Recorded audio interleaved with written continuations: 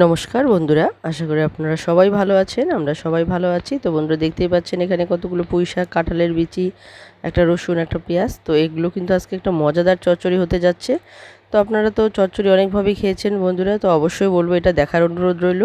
তো এই চচ্চড়িটা কিন্তু একদম সেরা, লেটেস্ট বলবো চচ্চড়ি। তো এটা কিন্তু খেতে এতটাই সুস্বাদু লাগে যে আপনারা যদি একবার এটা খান তাহলে বারবার খেতে চাইবেন। তো অবশ্যই বন্ধুরা স্কিপ না করে সঙ্গে থেকে পুরো ভিডিওটা দেখবেন। তো দেখতে পাচ্ছেন এখানে কিন্তু যে কাঁঠালের বিচিগুলো ছিল সেগুলোকে কিন্তু আমি খোসা ছাড়িয়ে ফালা করে নিয়েছি। আর এখানে যে রসুন পেঁয়াজটা ছিল সেই পেঁয়াজটা আর রসুনটা খোসা ছাড়িয়ে নিয়েছি। তো দেখতে পাচ্ছেন গোটা রসুনটা ছুলে নিয়েছি আর পেঁয়াজটাকেও ছুলে নিয়েছি। আর এখানে হাফ পেঁয়াজ আমি নিয়েছি। তো আপনারা যতটা পরিমাণ নেবেন সেই আন্দাজ মতো পেঁয়াজ নেবেন। তো পুঁই শাক যতগুলো দেখেছেন আমি তার থেকে অর্ধেকটা নিয়েছি। আর দেখুন এটা কতটা শক্ত, উঠতে চাচ্ছে না। তো এটাকে আমি একটুখানি সেদ্ধ করে নেব। তো পুরোপুরি সেদ্ধ করব না, তো একটুখানি গরম জলের মধ্যে সেদ্ধ করে নেব। আর এখানে দেখুন 2 চামচের মতো আমি নিয়েছি সর্ষে গুঁড়ো। তো সর্ষে পাউডার আর কি, সর্ষে পাউডার দিয়ে যদি রান্না করেন আপনারা তাহলে কিন্তু তেতো লাগে। তো অবশ্যই বলবো এই তেতো ভাবটা দূর করার জন্য অবশ্যই কিন্তু আপনাদের এই পাউডারটাকে আবার পেস্ট করে নিতে হবে। তো যাদের শিলনোড়া আছে তারা শিলনোড়ায় করে নেবেন, আর যাদের মিক্সার মেশিন আছে তারা মিক্সার মেশিনে করে নেবেন। তো বন্ধুরা দেখুন এখানে আমি কিন্তু লবণ আর একটুখানি কাঁচা লঙ্কা দিয়েছি। তো সেগুলো দিয়ে কিন্তু আমি এটা পেস্ট করে নেব। আর এখানে দেখুন বন্ধুরা পুঁই শাকগুলোকে আমি খুব সুন্দরভাবে পরিষ্কার করে ছিঁড়ে নিয়েছি আর কেটে নিয়েছি পাতাগুলো আর ডাঁটিগুলো। তো এখানে যে আছে, তো এখন আমি দেখুন এখানে কড়াই বসিয়ে দিয়েছি। তো বন্ধুরা কড়াইয়ের মধ্যে আমি জল দিয়ে দিলাম। আর এখন যে কাঁঠালের বিচিগুলো দেখতে পাচ্ছেন সেগুলো কিন্তু আমি একটুখানি গরম করে নেব, যাতে উপরের যে ব্রাউন কালারের যে আঁশটা আছে সেটা কিন্তু সুন্দরভাবে ছুলে নেওয়া যাবে। তো এমনিতে কিন্তু এটা শক্ত, উঠতে চায় না। তো একটুখানি যদি গরম জলের মধ্যে ভাপ দিয়ে নেন আপনারা তাহলে দেখবেন খুব সুন্দরভাবে কিন্তু এটা উঠে যাবে। তো বন্ধুরা দেখতেই পাচ্ছেন, তো এদিকে এটা গরম হতে হতে আমি ওইদিকে মশলাটা বেটে নেব। তো মশলা বলতে যে সর্ষে পাউডার, তো সর্ষে পাউডার কিন্তু এমনিতেই যদি আমরা দেই সেটা কিন্তু তিতেও লাগে। তো এই তেতো ভাবটা দূর করার জন্য আপনাদেরকে বেটে নিতে হবে। তো আমি এখানে দুটো কাঁচা লঙ্কা আর দেখুন আর একটুখানি সামান্য লবণ দিয়ে কিন্তু বেটে নিয়েছি। তো এই যদি আপনারা এভাবে বেটে নেন তাহলে সর্ষের যে তেতো ভাবটা সেটা কিন্তু পুরোপুরি চলে যাবে আর খেতে কিন্তু খুবই সুস্বাদু হবে। তো অবশ্যই বন্ধুরা আপনারা যদি সর্ষে পাউডার দিয়ে করেন তাহলে বলবো অবশ্যই আপনারা কিন্তু একটুখানি বেটে নেবেন। তো বন্ধুরা দেখুন এদিকে বেটে আনতে আনতেই কিন্তু আমার এদিকে গরম হয়ে গিয়েছে।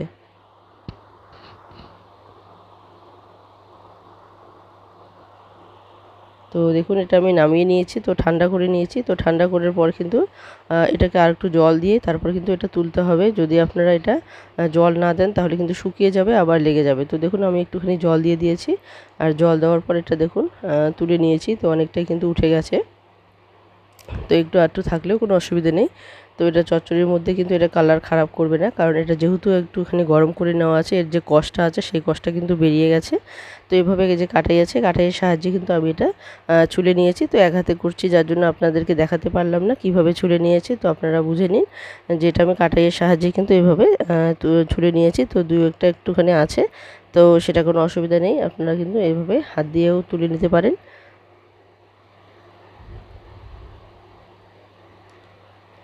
তো দেখতে পাচ্ছেন প্রায় সবগুলো আমি করে নিয়েছি, একটুখানি ছিটে ফোটা আছে।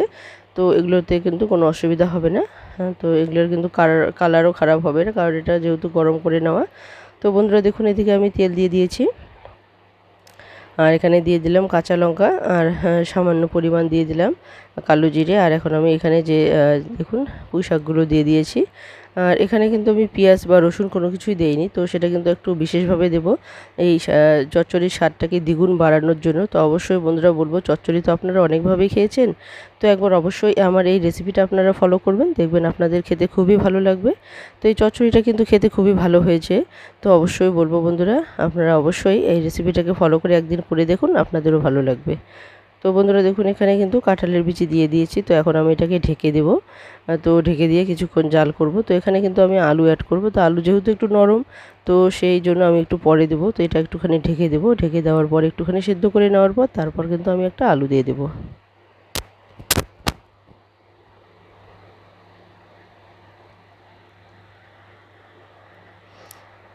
তো দেখতেই পাচ্ছেন বন্ধুরা এখানে আমি স্বাদ মতো দিয়ে দিলাম লবণ। তো লবণ দেওয়ার পর আর একটু নাড়াচাড়া করে তারপরে আমি এটাকে ঢেকে দেবো। তো বন্ধুরা এটা কিন্তু ঢেকে দেওয়াটা আমি দেখাচ্ছি না, তো আমি কিন্তু ঢেকে দিয়েছিলাম। তো বন্ধুরা অবশ্যই বলবো যারা পুরনো বন্ধু সবাইকে অসংখ্য অসংখ্য ধন্যবাদ এইভাবে পাশে থাকার জন্য। তো এইভাবে সবসময় পাশে থাকবেন। আর নতুন যারা বন্ধু হয়েছেন তাদেরকে অসংখ্য অসংখ্য ধন্যবাদ। তারাও বন্ধু মানে হাত বাড়িয়ে দিয়েছেন যারা, অসংখ্য অসংখ্য ধন্যবাদ। এইভাবে পাশে থাকবেন সবসময়। তো বন্ধুরা দেখুন এখানে কিন্তু আলুটা আমি দিয়ে দিলাম। তো একটুখানি সেদ্ধ হওয়ার পর কিন্তু আলুটা দিলাম, দেখতেই পাচ্ছেন পুঁই শাকের যে পাতাগুলো আছে সেগুলো কিন্তু একদম মানে চুপসে গেছে।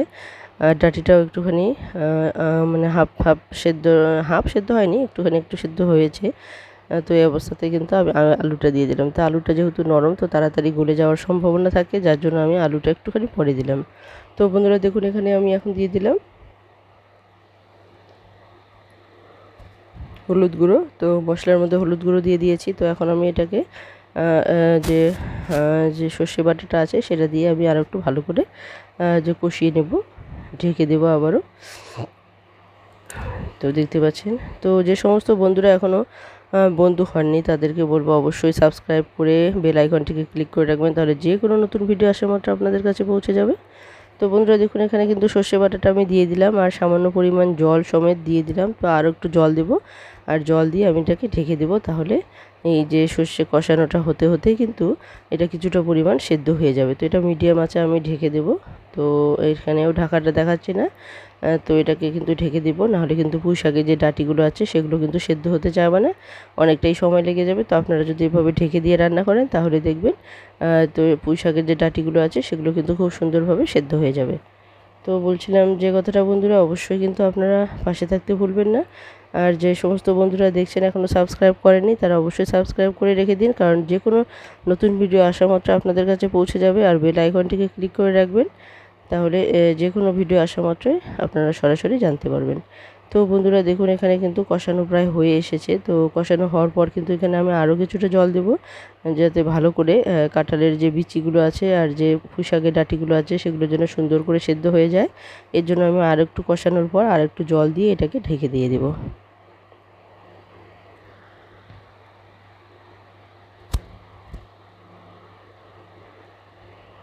তো দেখতেই পাচ্ছেন বন্ধুরা এখানে কিন্তু আমি জল দিয়ে দিলাম আর একটু তো আপনারা আপনাদের যে পুঁই শাক সেই আন্দাজ মতো জল দেবেন, যাতে জলটা শুকিয়ে যায় আর আপনাদের পুঁই শাকগুলো সিদ্ধ হয়ে যায়।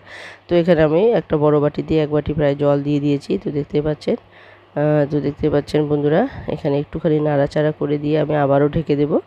তো এখানে বারবার ঢাকাটা কিন্তু আমি দেখাচ্ছি না, ঢাকাটা স্কিপ করে যাচ্ছি। তো অবশ্যই বন্ধুরা আপনারা কিন্তু ঢেকে ঢেকেই রান্না করবেন।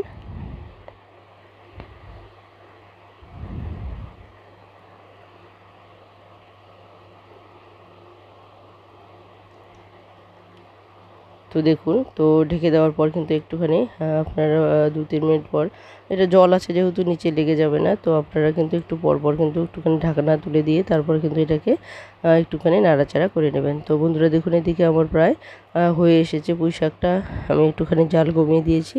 তো এখন এইদিকে অন্য একটা কড়াই নিয়েছি আর সেই কড়াইয়ের মধ্যে কিন্তু আমি এদিকে দেখতেই পাচ্ছেন লোহার কড়াই নিয়েছি, তেল দিয়ে দিয়েছি। আর এখন যে পেঁয়াজ আর রসুনটা আছে সেই পেঁয়াজ আর রসুনটা কিন্তু খুব সুন্দরভাবে এখানে ভেজে নেব। এই চচ্চড়ির এটাই বিশেষত্ব যে এইভাবে যদি আপনারা পেঁয়াজ রসুন দেন তাহলে দেখবেন এই চচ্চড়িটা খেতে একদম দুর্দান্ত হবে। এতটাই সুস্বাদু হয় যে আপনারা কি বলবো, যে আপনারা একবার যদি এইভাবে চচ্চড়ি খান তাহলে বারবারই এই চচ্চড়ি খেতে চাইবেন। তো অবশ্যই বন্ধুরা আপনারা যে পরিমাণ পেঁয়াজ মানে পুঁই শাক নেবেন সেই আন্দাজ মতোই কিন্তু পেঁয়াজ নেবেন। তো এখানে আমি 1.5টা পেঁয়াজ নিয়েছি। তো আপনাদের যদি পরিমাণ বেশি হয় তাহলে আপনারা একটু বেশি করেও পেঁয়াজ দিতে পারেন। আমি এখানে একটাই রসুন দিয়েছি, তো আপনারা 2টো রসুনও দিতে পারেন। তো দেখুন বন্ধুরা এখানে কিন্তু পেঁয়াজ আর রসুনগুলো সুন্দরভাবে ভাজা হয়ে গেছে।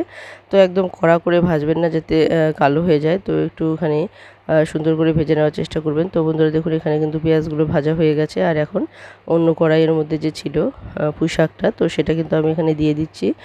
দিয়ে দেওয়ার পর এটা কিন্তু আমি বেশিক্ষণ জাল করব না, শুধু একটুখানি এটাকে নাড়াচাড়া করে যে পেঁয়াজগুলো আছে সমস্ত পেঁয়াজগুলো এই চচ্চড়ির মধ্যে মাখিয়ে নেওয়ার মতো আর কি, সেইভাবে একটুখানি নাড়াচাড়া করে নেব। তাহলে দেখবেন এই পুরো যে চচ্চড়িটা আছে সেটা কিন্তু খেতে একদম অসাধারণ হবে। তো দেখতেই পাচ্ছেন বন্ধুরা, এটা কিন্তু আমি বেশিক্ষণ জাল দেবো না। তো এই অবস্থাতে আমি একটুখানি শুধু মাখা চাকা করে নেব, যাতে করে পুরো পুঁই শাকটার মধ্যেই পেঁয়াজের ঘ্রাণটা লেগে যায়। তো বেশি করে জাল দিলে কিন্তু পেঁয়াজ ভাজার কিন্তু ঘ্রাণটা চলে যাবে, আর সেটা কিন্তু অতটাও ভালো লাগবে না।